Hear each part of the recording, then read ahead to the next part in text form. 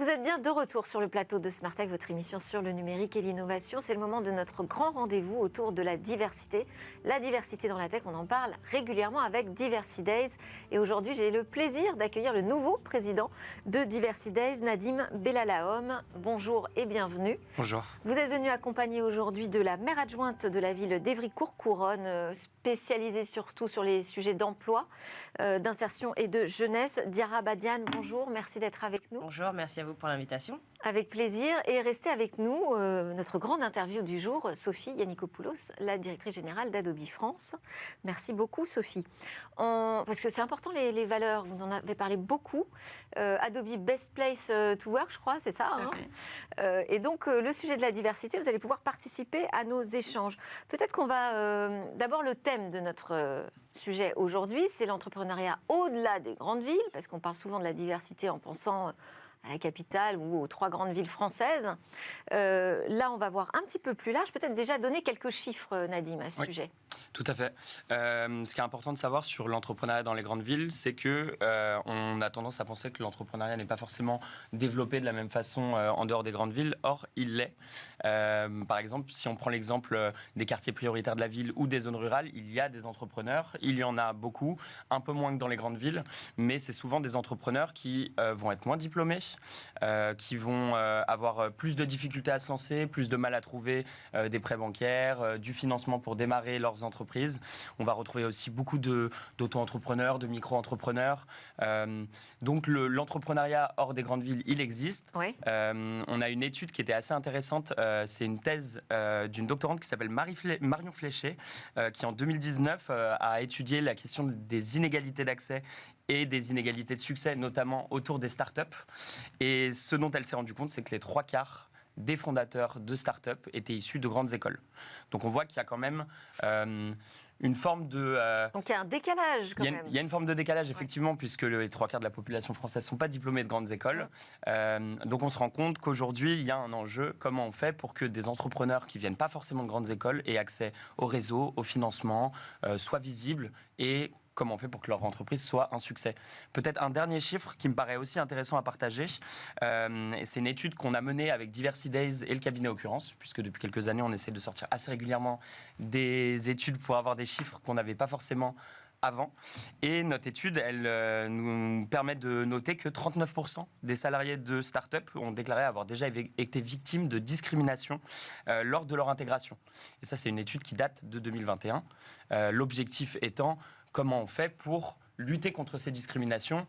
Et une des discriminations... 39%, c'est pas un petit chiffre, hein, quand même. C'est pas un petit chiffre, et une des discriminations qui revenait assez la première discrimination, c'était l'âge, par exemple. De même que les différences territoriales. Ok. Donc on se rend compte qu'il y a encore beaucoup de travail à faire sur ces sujets. Alors on va parler des dispositifs, et notamment avec l'exemple concret d'Évry-Courcouronnes. Du côté de Diversity Days, vous relancez un programme ? Tout à fait. On relance un programme. Il fait son retour à Évry-Courcouronnes. L'objectif étant de lancer ce nouveau leadership programme dans la ville d'Évry-Courcouronnes, mais bien sûr d'aller chercher des talents qui viennent de tout le bassin. Et alors, qu'est-ce que c'est le leadership programme ? On va le rappeler quand même. Bien sûr. Alors, le leadership programme, c'est déjà le premier programme qui a été lancé par l'association Diversity Days depuis 2017. Son objectif, aller chercher, aller dénicher ces talents entrepreneurs du numérique à impact, qui sont issus, qui sont plus invisibilisés, c'est-à-dire qu'on a tendance à moins trouver, qui sont, comment ? Du cru. Qui sont du cru, voilà, tout à fait, qui sont du cru, qui sont moins sur le devant de la scène, parce qu'ils n'ont pas forcément le réseau, la visibilité qu'ils méritent. Pourtant, ils ne sont pas moins méritants. Et notre objectif, c'est de les dénicher, parce qu'ils existent. Et dans un second temps, de les accompagner. On se rend compte qu'il y a... Et que s'aperçoivent aussi que vous existez. Exactement, oui. Tout à fait. Et en fait, ce qu'on essaie de leur apporter, c'est 3 éléments principaux. Des compétences qu'ils n'avaient pas forcément, donc un volet un peu formation. De la visibilité, parce qu'une start-up, pour réussir, elle a besoin de visibilité, même pour aller décrocher des fonds, pour trouver ses premiers clients. Et la dernière partie, c'est toute une partie confiance en soi. En fait, on se rend compte dans les fondateurs de start-up, notamment quand ils ne viennent pas des fondateurs et des fondatrices, quand ils ne viennent pas des grandes villes, ils ont moins de... ils se reposent beaucoup sur leur détermination. On voit que les facteurs interpersonnels sont très importants parce qu'ils vont avoir plus de mal, justement, à aller trouver ces financements, à avoir cet argent au démarrage, qu'on appelle la love money. Donc ils sont combatifs. Donc ils sont combatifs, Ouais. mais ils ont souvent une estime de soi qui est plus faible. Donc le but du Leadership Programme de Diversity Days, c'est 120 heures de formation. Et pendant ces 120 heures, on apprend à les connaître, on apprend à connaître leur histoire, parce qu'ils ont une histoire qui est souvent très riche et qui va au-delà de juste leur start-up et leur business model. Et on essaye de les rendre visibles et d'en faire des fiertés, des rôles modèles au sein de leur ville et sur le territoire national. Donc vous étiez déjà partenaire, Évry Courcouronnes, de la première édition. Oui. Vous renouvelez. Qu'est-ce que ça apporte à la ville, ce type d'initiative? Vous avez parlé de visibilité, évidemment. Hein, pour une fois, en tout cas, on va parler d'Évry Courcouronnes de manière plus positive qu'on a pu le faire auparavant et dépasser ces sujets de RICS dont on entend toujours parler. Ouais. Et puis parler de talents, parce qu'il y a des talents effectivement dans nos villes et dans nos QPV. Et des associations comme Diversity Days, elles nous permettent, nous, d'aller plus loin sur les questions d'entrepreneuriat, puisque nous, au sein de la ville d'Évry Courcouronnes, nous avons une direction jeunesse qui est organisée autour de 3 équipements phares, dont un qui est un pôle d'émergence de projet, où les jeunes passent la porte donc, de la fabrique, arrivent avec un projet de différentes natures. Et on s'est rendu compte que depuis son ouverture en 2016, on a énormément de sollicitations sur la création d'entreprises et sur l'entrepreneuriat.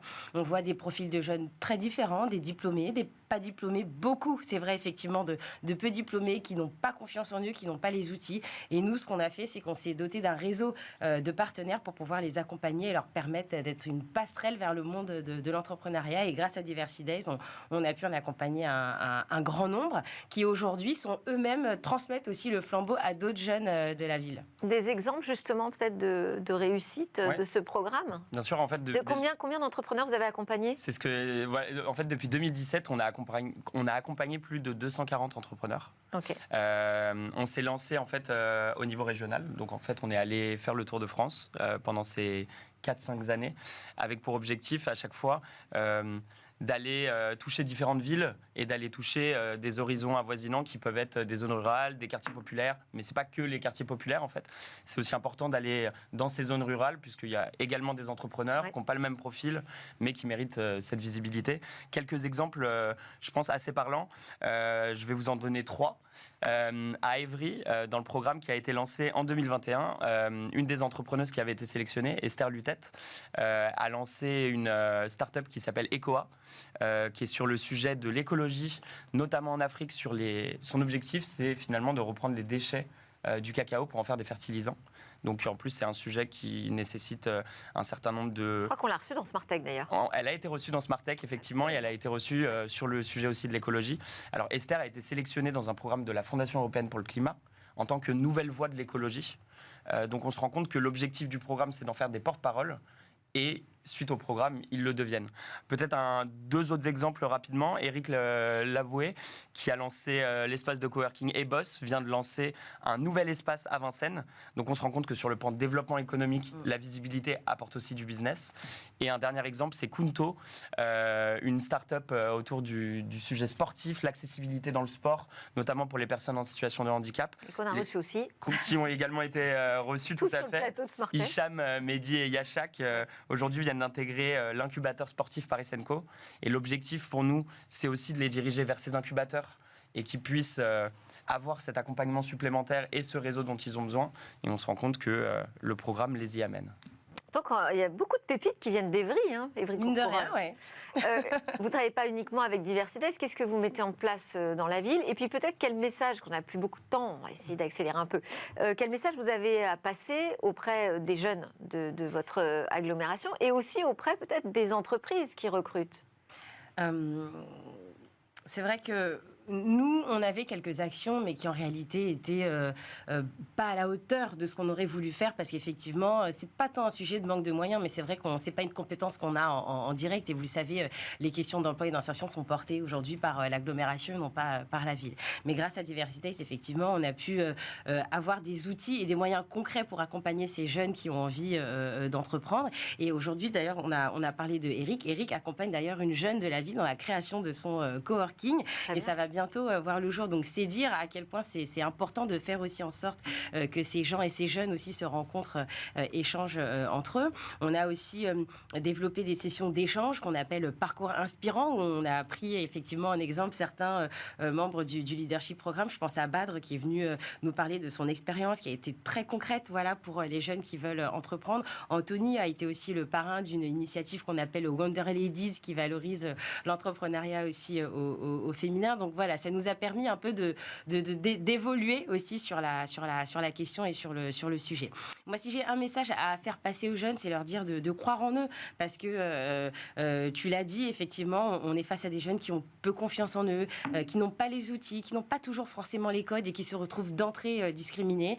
Et j'aime beaucoup le regard bienveillant que porte Diversity Days sur ces jeunes-là, l'accompagnement, je dirais, sans filtre et sans faille. Enfin, c'est fou ce que ça a permis de produire chez eux. Et aux membres de la tech, j'ai envie de vous dire, mais faites-leur confiance parce qu'ils la méritent vraiment. Message entendu. C'est mon mot de l'année pour 2023, la confiance. Comment on aborde cette question de la diversité justement dans l'entreprise? Effectivement, le sujet du code est important. Alors, le sujet de la confiance, je crois que c'est pour tout le monde. C'est pas lié plus particulièrement à la ville d'Evry ou aux personnes qui n'ont pas fait d'études. Effectivement, c'est plus compliqué. Le sujet code, il est important. Le monde de la tech, c'est un monde où il faut apprendre un vocabulaire, il faut apprendre un code, une certaine posture. Et nous, on a beaucoup de diversité chez Adobe parce que comme on vient de la créa, on a des personnes qui viennent de tous les domaines, donc pas que de la tech pure. Et mon rôle, moi, en tant que manager ou en tant que leader, c'est vraiment d'accompagner ces personnes en les coachant et en leur faisant du feedback régulier pour qu'elles prennent confiance. Leur apprendre les codes, parce que finalement, leur dire quand on a un rendez-vous dans une banque, on s'habille comme un banquier. Voilà, c'est des petites choses qu'il faut juste apprendre. Et je pense qu'on est essentiel dans ce rôle de management et d'accompagnement de toute cette diversité qu'on accueille avec grand plaisir. Eh bien, merci beaucoup d'avoir mis en lumière ces initiatives. Diarra Badiane, merci beaucoup d'être venue nous parler de ce que propose aujourd'hui la ville d'Evry-Courcouronnes avec Diversity Days et Nadim Bellalaom, le nouveau président de l'association. À suivre notre chronique Où va le web.